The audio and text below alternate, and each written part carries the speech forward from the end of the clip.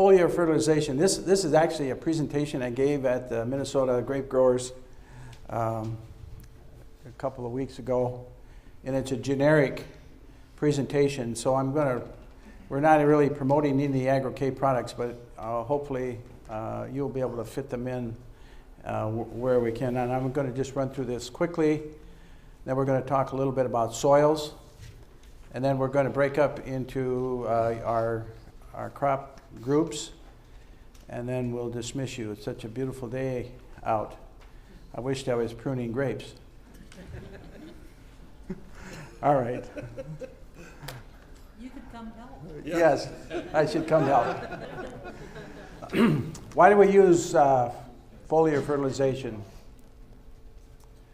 Now this applies to berries, any crop that you're growing, but it's talking about vine nutrition. But just supplying critical nutrients at those critical times, those points of influence that John was talking about today.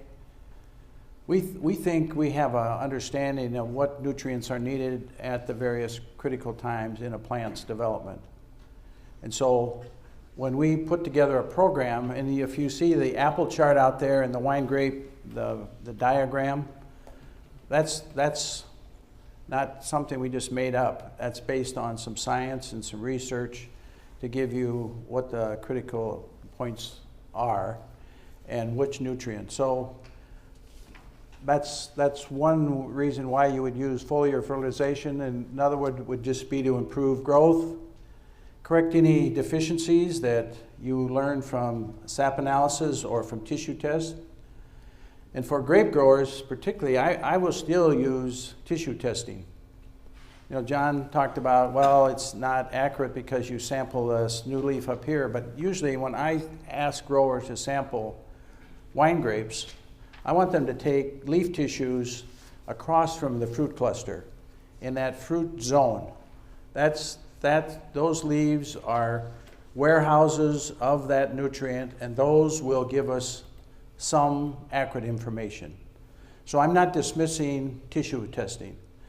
And the report that you get back from Midwest Labs is based on petioles, but we ask that you just send in the leaf blades or the whole leaf.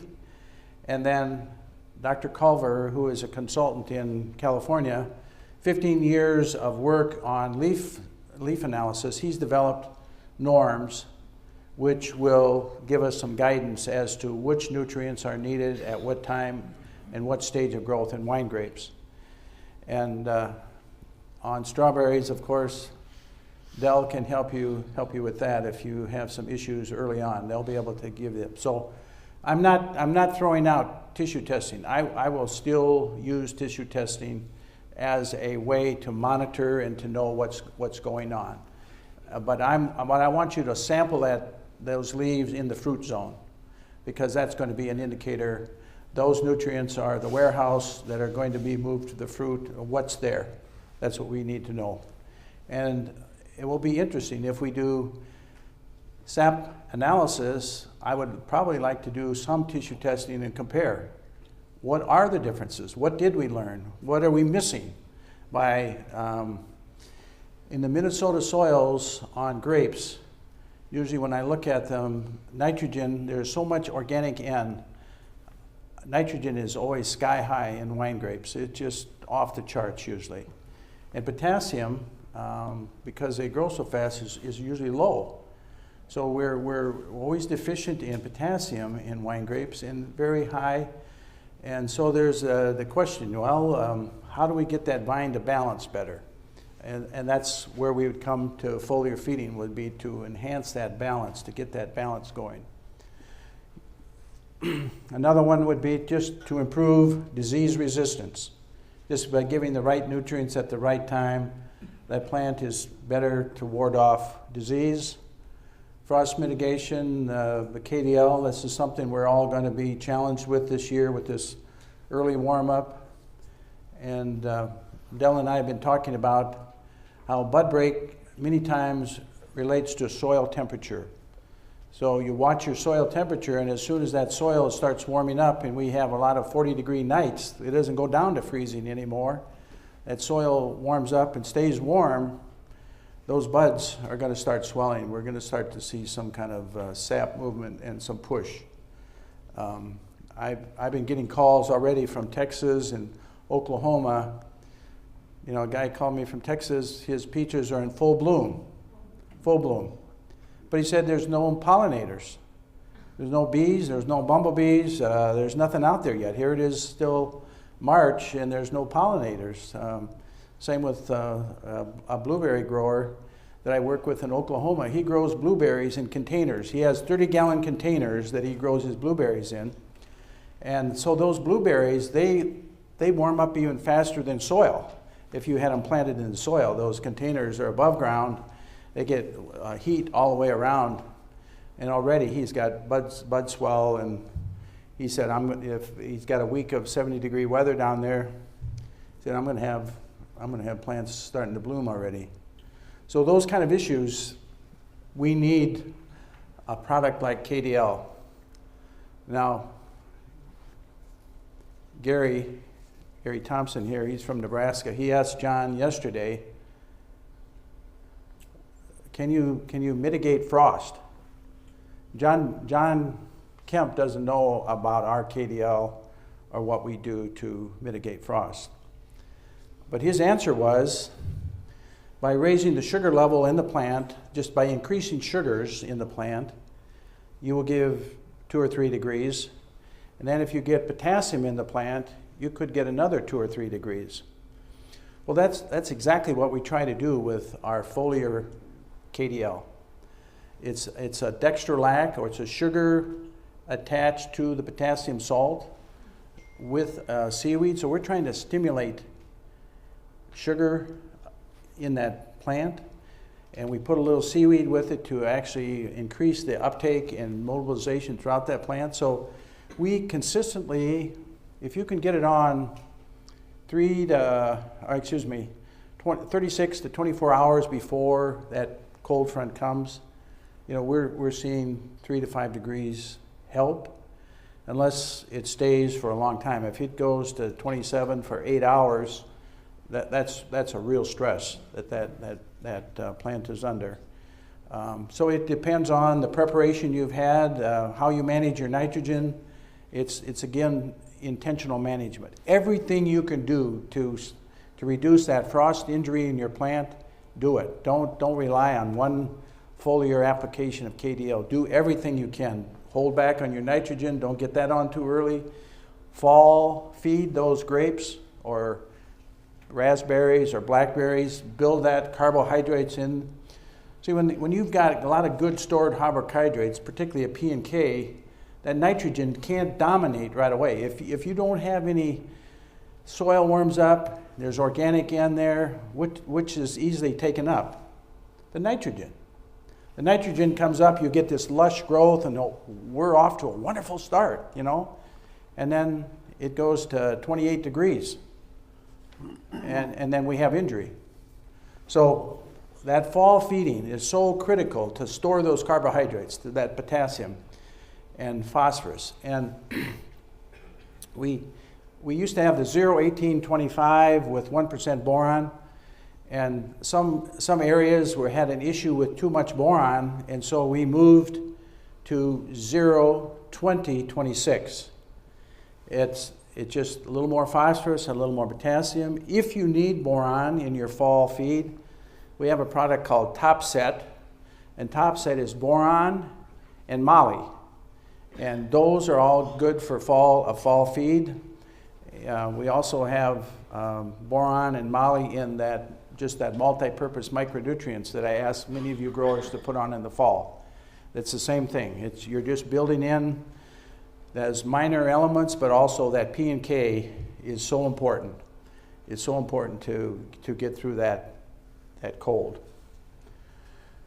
And then enhance crop value. Improve the color, uniform coloring, where it's strawberries, raise those bricks, all of those things. In grapes, the same thing, you get the bricks up. Berries, it's all of those things. Calcium is also important for that fruit integrity, for that shelf life. And we have some grape growers have been complaining to me that, you know, some of these fruits, thin-skinned grapes, they harvest them in a bucket and pretty soon they start juicing before they've got the bucket half full. It's just because the grapes are heavy and the skin is thin. And so, you know, that kind of a problem, we can address that with a little more calcium a little earlier to strengthen that skin so we don't have splits, so we don't have as much juicing. Shelf life is enhanced with strawberries and blackberries, raspberries. That calcium is important. So some growers will just alternate calcium and potassium to make sure that that color and quality is there.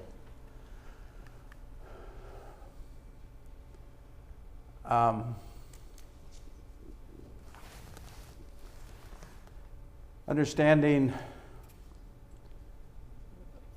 of, I think we've covered a lot of this stuff today with Rick. Talked about spraying and droplet size, and of course our point is that there are certain forms of micronutrients, and calcium particularly, that should be avoided. The chlorides and the nitrates usually add to disease. If you're getting too much nitrogen, you have powdery mildew or you have downy mildew. Part of it could be over nitrification. You got too much nitrogen in that plant. So I think, and the chlorides, of course, the salts could be a problem, could inhibit other nutrients from coming up. What we're trying to do is emphasize that quality products produce superior results. We feel like we have an arsenal of the phosphites, the DLs, and now we're going to have a new line of clean organic products. I think we have 6 or 7 different forms of calcium. So, you know, you complain to me, well, you know, I'm just not getting calcium in.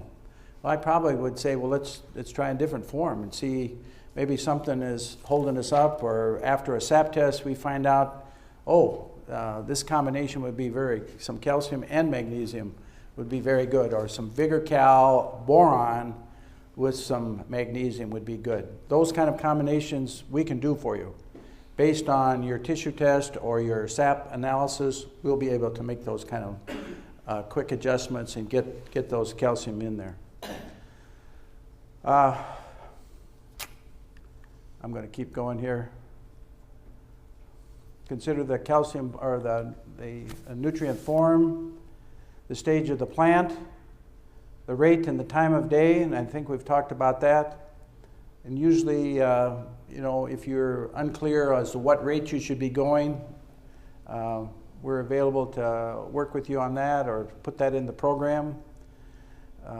I would say that equipment being used is really important. The investment you make in a good sprayer, in terms of mitigating any kind of disease and getting these nutrients in good coverage is so critical. So, I mean, that you don't have to buy a brand new one. There's many times a good used one around. David, do you have used sprayers? You don't know many used ones? You just sell new ones, right? Just new ones, okay. Well, I mean, there's that. What I'm saying is, invest in some spray technology. It will pay you when you're doing a lot of foliar feeding. It will be worth your money and time to buy a good sprayer. Why are you spraying? Ask that question. Why? What am I out here for? Well, I'm putting on some nutrients to correct this, or to bolster this in the vine or the plant, and a fungicide gets a free ride right with it.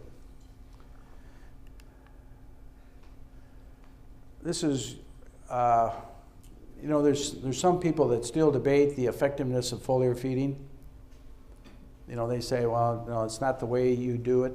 But see, when 20 years ago, all this technology in terms of spray, what do I call them? Spray nutrients were not available. You know, he was taking a dry fertilizer, melting it in water, and then spraying it up on your plant. Well, that's really not a foliar product, you see.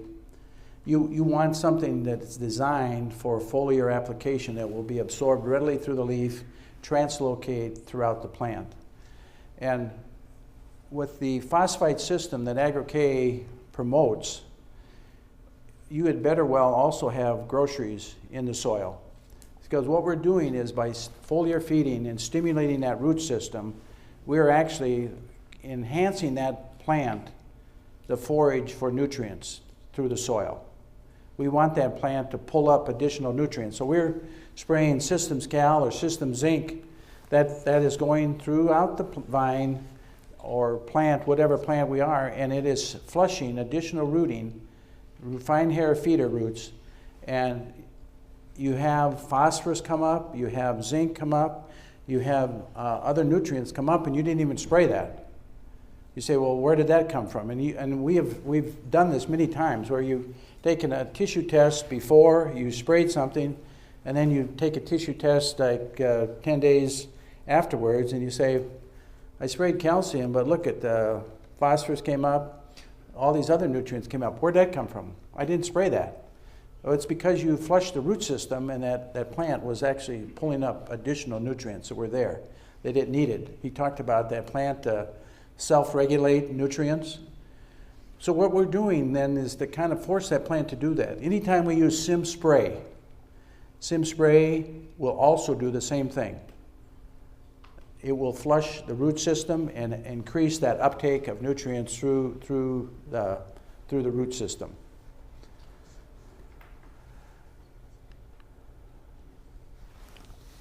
So you heard a lot about calcium this morning, and I would confirm that plants need a lot of calcium, and the plants that are high in calcium have stronger cell walls and resist disease and have better fruit quality all the way along. So calcium, I talked to you about 7 different forms of calcium, so we have a form of calcium that we'll be able to work with you on and get into those plants.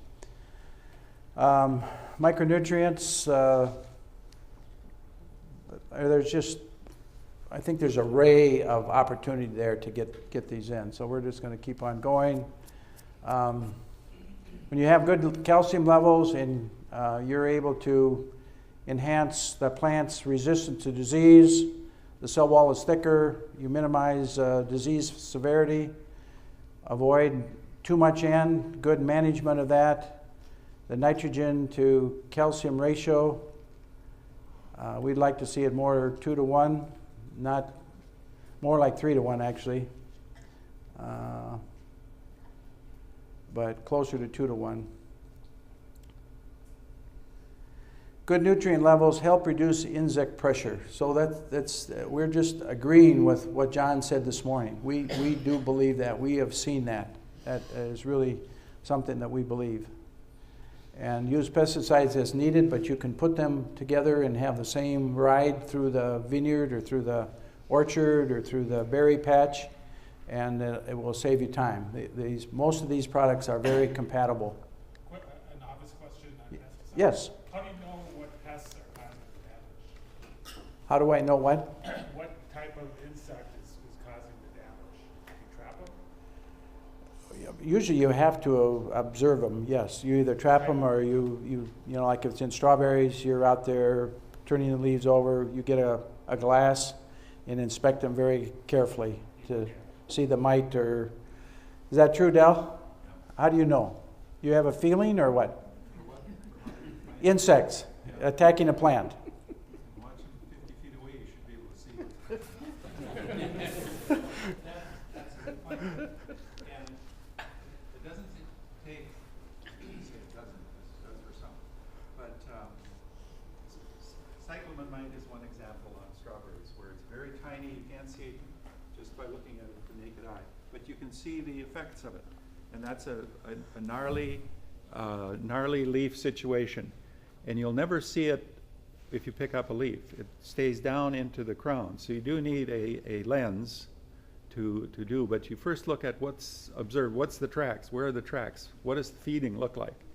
And sir, it's critical to identify what that problem is before you try doing any control program. Because I've had countless examples where people have been spraying for the wrong thing And obviously, he didn't get any results to it. So that'd be the first step. But learn to learn what is out there. And then you can see it as you're just walking the field. Some of my growers have a motto of saying, every field, every day in the summertime when they're out, when things can happen, because you don't want to let it go for a week and wait until you find something going wrong.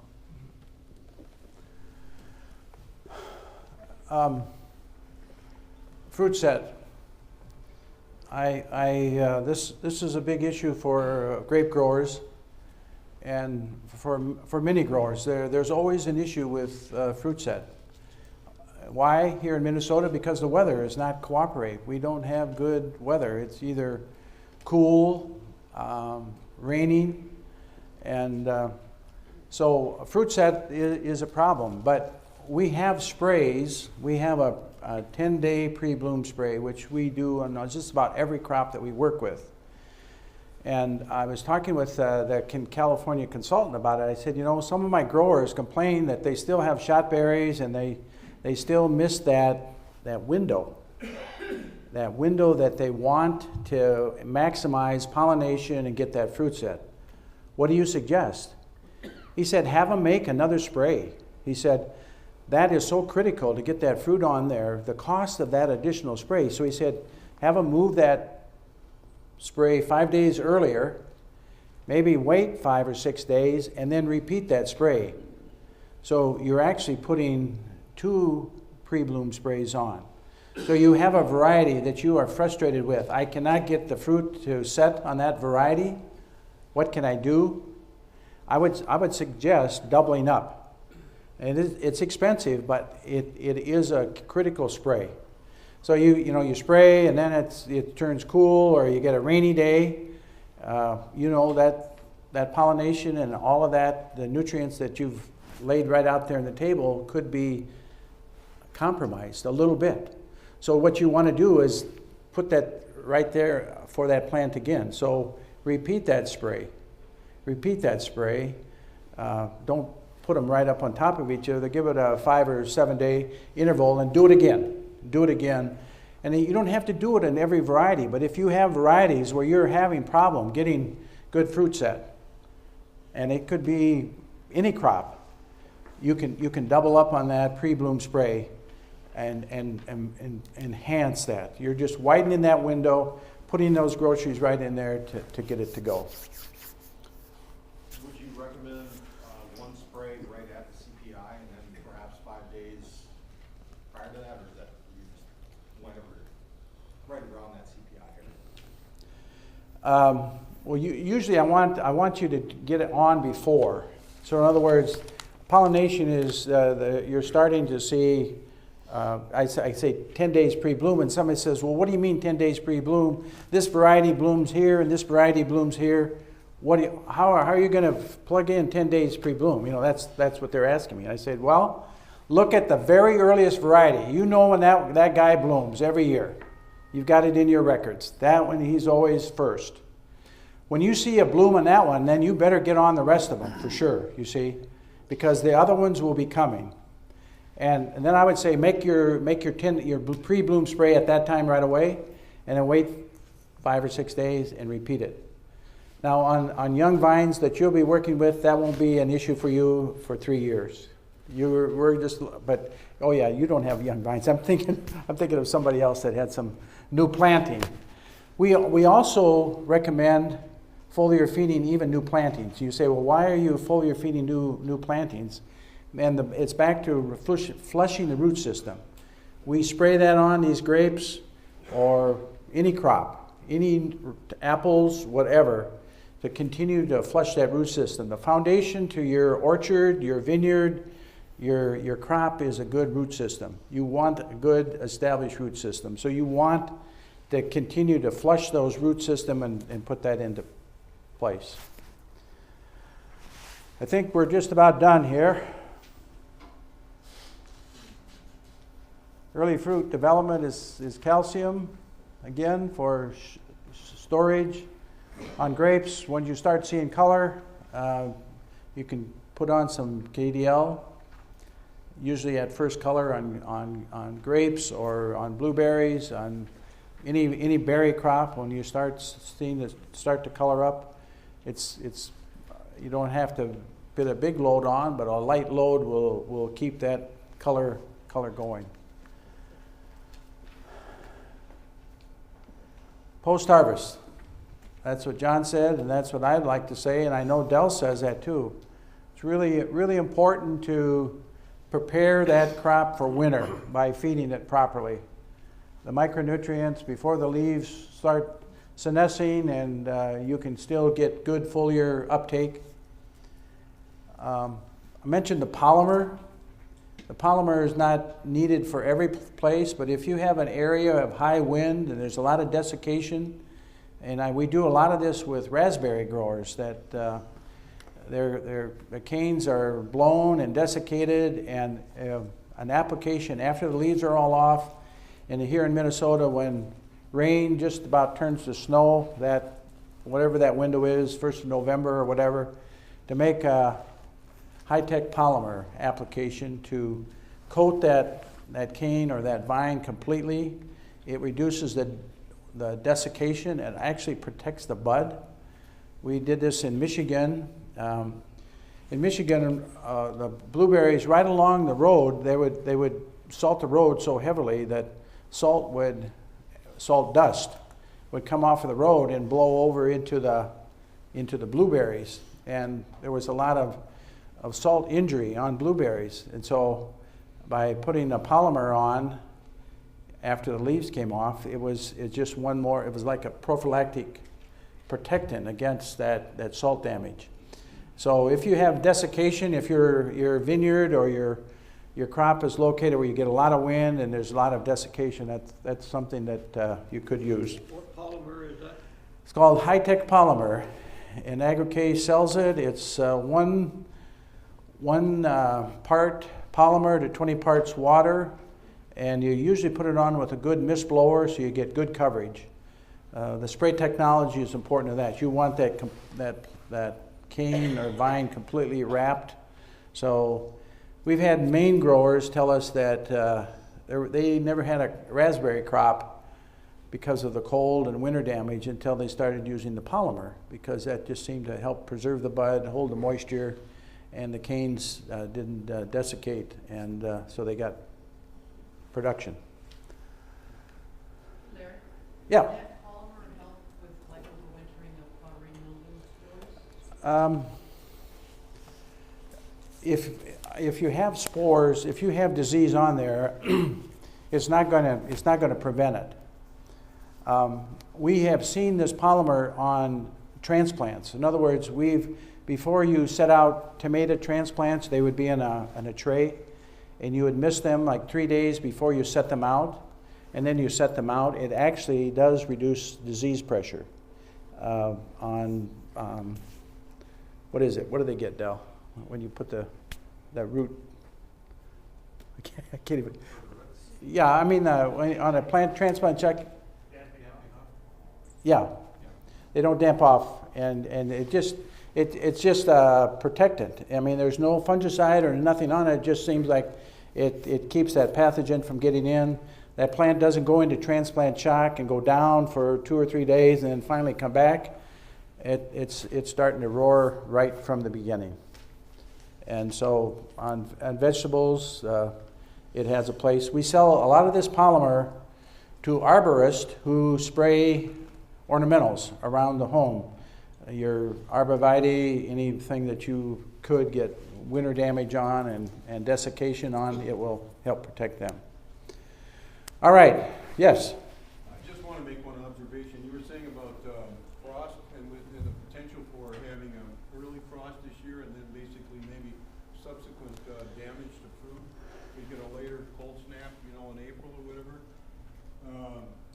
It's maybe serendipitous, but where we used to basically have ice houses before refrigeration, and we used sawdust basically to store the ice, and it would keep until into the middle of the summer. That was before we had refrigeration, but now I use sawdust on all the mulch on all of the things, and I think what it does is it holds the ground temperature down when you got these warm days in place like March, so the fruit doesn't mature so fast, and then basically that you have frost come in and kill all the buds. But just, you know, and I'm thinking that was maybe serendipitous. That's not why I used it, but it seems like you can control in these warm days, That's- the buds I'm- might be set prematurely. I would agree. You know, I've had an Amishman tell me that if you want to keep those grapevines from waking up so early, why don't you put 3 or 4 inches of straw in your vineyard to keep that soil temperature from warming up. And if it stays colder for 2 more weeks and then starts waking up, you maybe avoided some frost. And we do that with strawberries. And hops, for example, we're working with hops growers. And if the hops wake up too early and grow up and then get frosted off, that's done for the year. So they use a mulch, and they'll cover them mainly to protect them from those early cold, but to keep the soil temperature cool, not let that soil temperature warm up right away, so that when it starts growing, then it's really got a lot of heat and it can grow through that. But you know, mulch and sawdust, it's just a lot of work if you have a big area to manage and take care of. It's hard to do that. But soil temperature, I think, is really a factor. I've with some grape growers, we have been trying to predict or know when bud break would occur based on the soil temperature. So they were recording soil temperatures for me. You know, I give them a soil thermometer, and we were trying to determine when we were going to see bud break. And you know, I think it definitely relates to soil temperature. Okay, this is going to be quick. Almost a little bit of a teaser. What we're trying to do is help improve the soil biology and the concept of cover crops and all of those associations. And that's what John was talking about, is the best way to improve organic matter is to really feed healthy plants, so that the exudates that are emitted from the roots of those plants help to build biology. The sugars and that are coming out of the roots feed the bacteria. The bacteria in turn feeds protozoa. Protozoa poop out ammonia, and you have a beautiful cycle then of soil building. One of the questions was about the different forms of nitrogen. And I thought that looking at the different cover crops have different types of exudates that are part of that signature, you might say, from the plant. And okay, nitrate nitrogen is blue, amino acids are green, amides are yellow, and urides are red. And I'm not sure how that fits in, but the amides would be the urea, right? Urea or amino acids, whatever. There is a combination that comes with different crops. Oats, for example, puts out a lot of nitrate nitrogen and a little bit of amino acids. You get down into the lupins, and you have a lot of the amides as the nitrogen, in the form of nitrogen. For white clover, it's almost exclusively nitrate nitrogen. So what we're trying to do is get a diversity. And this is almost, like I say, a teaser for next year, because we're going to be doing more work on it this summer, as far as what kind of combinations of cover crops can one use, both in terms of a rotation in a strawberry operation or an orchard situation. What can we do to improve the soil health and the soil biology in orchard plantings? And so we'll be doing some work on that. We know that the diversity is really important. We used to we'll do one crop, for example, or one species, like rye grain for overwintering. And yet that provides a very limited exudate signature into the soil for feeding the microbes. When you have a diversity, and some of the really successful growers, cover crop growers, are putting in 15 different crops all at one time, 15 different species of cover crops. Some kind of, tillage radish, sorghum Sudan, all kinds of different things, maybe summer rye. and getting a tremendous growth and green manure from that process. So those are some of the things we want to put together and expect this coming season then, or at some point here in the future, be able to provide more definite kinds of programming as far as what should we do for a given situation on the farm. So here we're looking at sorghum Sudan planting. Now they're just cutting it down and putting it in a row. If you want to brush hog it off, I can't get into all of the issues as far as coarse dry material will provide more with fungal material, fungal soil. A real lush, highly succulent cover crop will provide more bacterial growth. So there are different objectives and different approaches to managing the different crops. And here we have a combination of vetch and rye, I believe, and that would be up in the Duluth area. And that will give you a legume and a grass. They're covering it up, or they're working it in. They use 1 year off, and then they plant strawberries the alternate year. So they're having 1 year in cover crop and then 1 year in strawberries. That year that you take the strawberries out of production is really helpful if you can put a cover crop in right as you're done harvesting the fruit.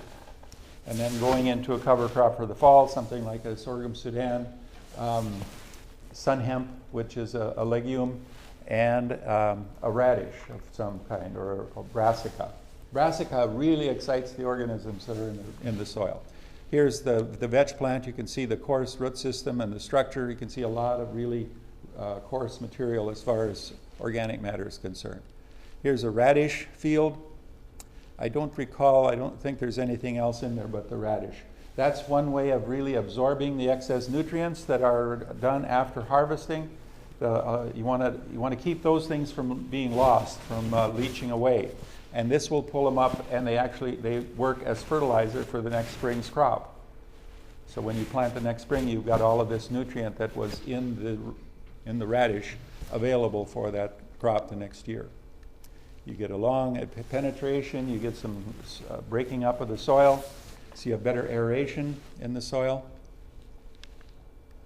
This is just a combination of, like I said, tillage radish, tillage sun hemp, and sorghum Sudan for cover crop. That would go in as soon as you could after harvest, and you'd get a complete crop that you could turn in before the end of the year, because you're talking in, say, the first part of July, that you'd be planting this. So that's the kind of approach we're wanting to take with any crop and for any objective that you have. There's a list of objectives that you can go on the charts and see what do I want to accomplish and what would be the best combination. This is a grower in Canada who put down, it was a field that had high pH soil. Used to have raspberries, I believe, there. And he wanted to put, well, something like blueberries. I think it was aronia that he was wanting to plant, but he wanted to acidify the soil. So he put out some hay just in the strips where he was going to plant, and he put kind of the cocktail on there of Simbex, molasses, some fish that he had on hand, fish solution, and I forget what all kinds of micronutrients, just stuff he had around in the shed, and sprayed on it. And worked it in, let it grow up, worked it in again, put some more Simbex, more concoction on there. And I believe this is 1.5 years after he started with a poor soil that was a higher pH. And he's going to go, and he probably has gone in now to test the pH if he's had it reduced. He put some sulfur in there at the same time. And all of a sudden he gets this lush growth of legumes, of vetch. And he said there's never been a history of vetch there before. So he said, where did all this come from? Part of the biological process, either the seeds that were dormant have been brought to life by this whole growth process and all of the excitement that's going on underground, or something. But anyway, he went through there to mow it off and so he could get another crop coming up of green manure. And he was pretty excited at what that whole area looked like after he got done for a year. And without putting any seed in it. He didn't plant anything. He just let it grow. This is an example of a research plot Actually, this is a combination of Agro-K treatments on a research plot where they had a lot of root rot problems on healthy soil. They had red steel and they had black root rot on strawberries. It was a pretty tough situation. So they were doing trials looking at compost. I don't even remember what all of the trials were, except that one of them was the Agro-K treatment of Simbex and a combination of different foliar elements that we were recommending for that purpose. And this is 3 years later, and the Agro-K block stands out as being a real success as far as keeping those plants in relatively decent health. Obviously, there's a lot more management that could go into the overall management of that field, but this tells you that things are working. And basically, it's because of all the microbial activity that's stimulated by the Simbex and the combination of nutrients that went into that example. And I think that's all I have. So, Rob, you're on pretty quick. Is that red steel on the strawberries now, is that, your identification of that is not necessarily the roots, not the, No, but the leaves that have red spots? No. That's just a gray leaf spot on strawberry. The red steel is in the steel of the root. The core of the root is red. I've never seen it in Minnesota. Okay, but then what you're seeing then with strawberry leaves, where you got the red spots?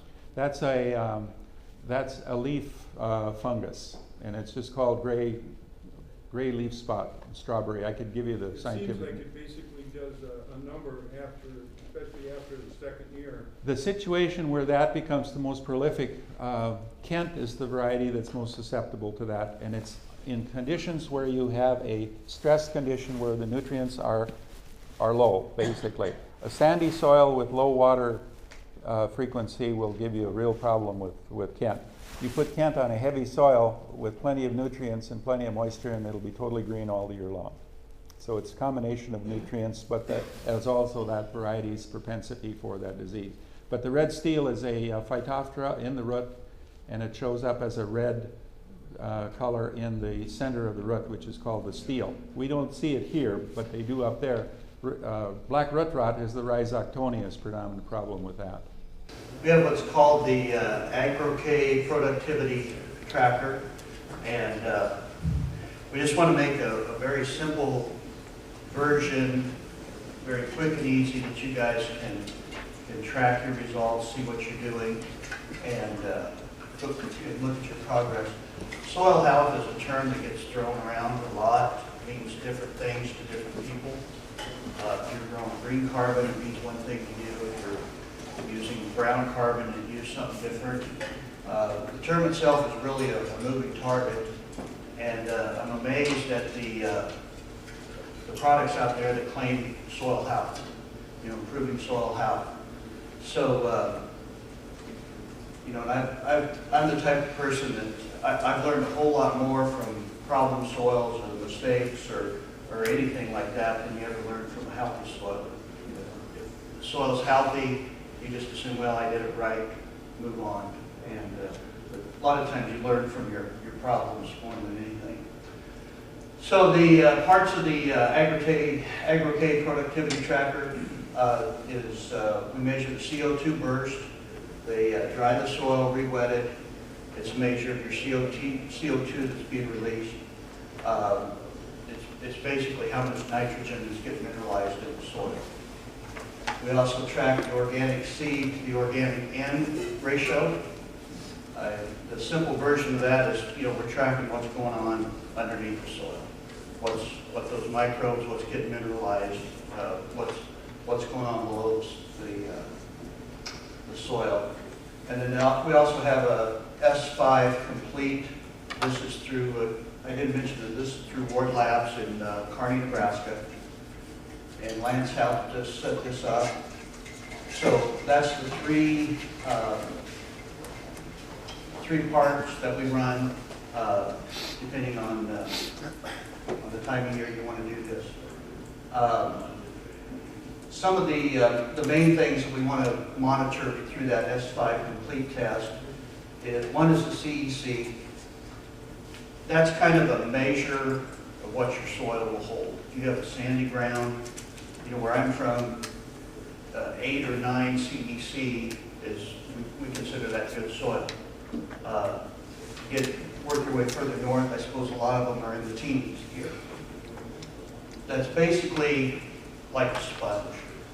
It's how much nutrients your soil will hold. So the higher the CEC, the better nutrient holding availability you have. The flip side of that is it's also harder to make changes if you want to lower your pH or raise your pH. The organic matter, I think we all understand that that organic matter really is your savings account. The more you can raise that organic matter, the more nitrogen, phosphorus, sulfur you're going to have through the year. Also, that as you increase that organic matter, it improves your water holding capacity. One thing that I run into in row crops a lot is guys have no idea when I ask them how much does it cost you to put an inch of water on. They have no idea. But with about a 1% increase in organic matter, you can actually hold 1/3 of an inch more water in that soil. So if you're getting a 1-inch range, obviously if you've got a higher organic matter, you're going to hold more of that moisture in there. So. And then the base saturation, that's anybody that has done this for a long time realizes that your percentage of calcium and magnesium in that soil is one of the first things we want to look at to see what we're dealing with. If you've got, if those two are out of whack, you got an uphill battle going on. And then the other minor things we look at is soluble salts, the nitrate in, phosphorus, potassium, and of course the micronutrients. One thing that we really can use to gauge how much biological activity you really have is what's called a PLFA test. That stands for phospholipid fatty acid. That gives you a good gauge of how much microbial activity you have in that soil and how broad of a base it is. Lance says to run this the first year, and then after that you could either run it once a year or once every other year. And there's some things about this. You want to run it during the summer months. You have to run it when you have like May, June, July, early August, when you have that peak biological activity. And then you want to run it at the same time every year. If you're trying to compare it from May to an August, you're not going to get the good results. One thing we've always covered is make sure you pull it from the same area every year. If you got to compare apples to apples. And then if you're pulling tissue samples, sap analysis, try and pull from the same area that you're pulling your soil samples from. You can tie them two together a lot easier that way. I just wanted to show you that we come across this last week. This was a field that 1 year ago it went on the Agro-K program, and they put the biomax on in the fall, or excuse me, biomax in the spring, biomax in the fall. And I pulled a lot of soil samples out of center pivots, and I've never seen two that came back that were so identical. The CEC, one was 11.6, the other one was 11.4. The organic matter 1.2 and 1.3. So this is very, very similar soil, which is something that's pretty rare. The carbon and nitrogen were slightly lower on the treated. The interesting thing was the CO2 burst. The untreated was 22.1 parts per million. The treated 30.3. What that amounted to is on the crop recommendations, the side with the Agro-K program, they recommended 20 pounds less N for the following year. So we mineralized that much N. The phosphorus, 49 versus 64, and that amounted to a recommendation of 40 units of phosphorus less. And that was in 1 year. So this is one that's quite surprising. We was very happy to see this. that shows what you can accomplish in 1 year. Okay, that's all I had. I have a question. Our blackberries, we have half our blackberries we have under row cover, under ground cover, in permanent ground cover. And the other half are under cultivar blackberries. I pulled all the ground cover off because I wasn't comfortable with the soil health, you know.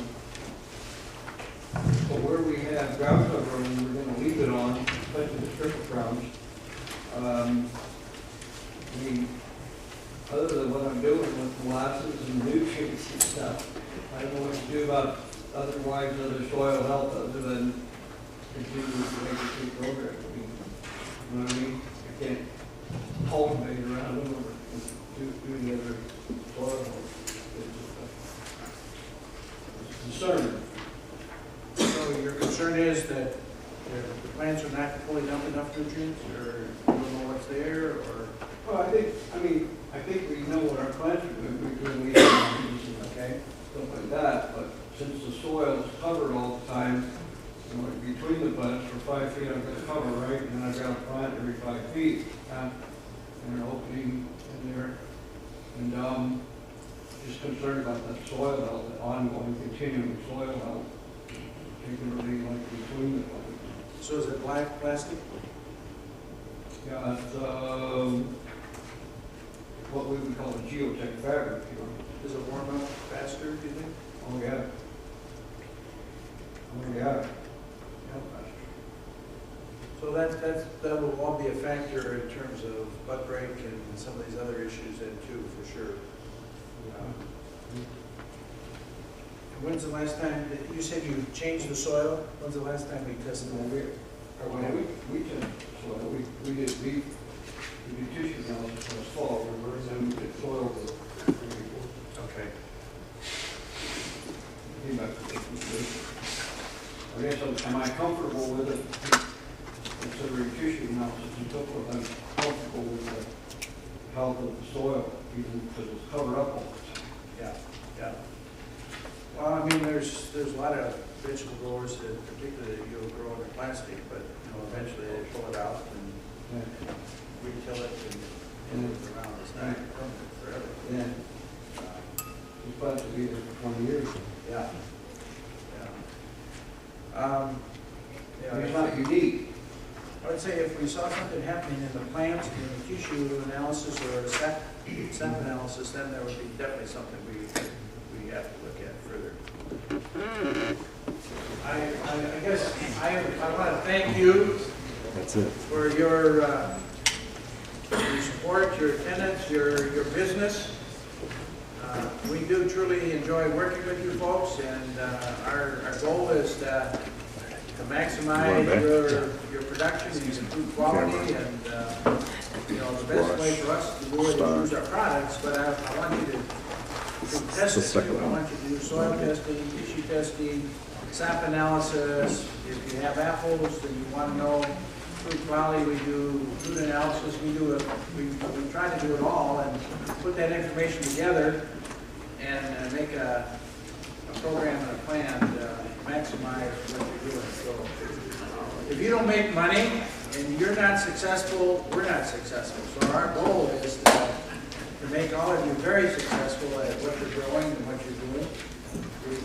We want to do that. We want to see you profitable, and so that's our goal. So any final comment or takeaway that you have that you want to share today, or confusion that I have made or given you?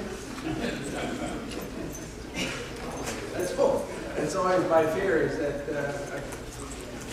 I bring you in here and then I confuse you with everything that's going on. But thank you again. Thank you again.